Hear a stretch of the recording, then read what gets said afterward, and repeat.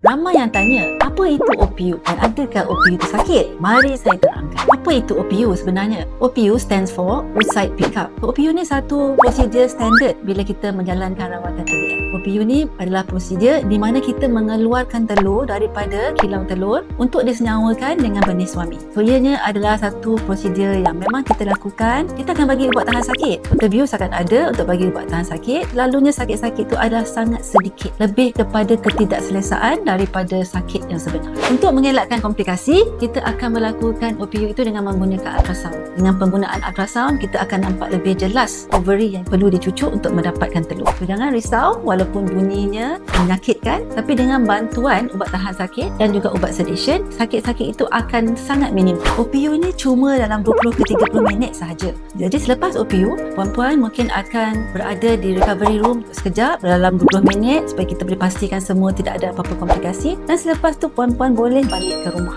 So, sakit-sakit yang lepas tu sebenarnya sangat sedikit. Mungkin rasa tidak selesa sedikit, tembung sedikit, pendarahan sedikit, tetapi jarang-jarang sangat ada berlaku masalah yang serius. OPU adalah satu langkah yang penting dalam menjalani rawatan IVF. Memang kita perlu melakukan OPU. Walau bagaimanapun, ianya adalah selamat. Sakit yang dialami adalah sangat sedikit dan biasanya pesakit-pesakit akan pulih sepenuhnya selepas 1 atau 2 hari dan boleh menjalani kehidupan seperti biasa. Jadi, jika anda sedang memikirkan atau sedang menimbangkan untuk melakukan rawatan IVF, boleh datang ke Sofia Bani.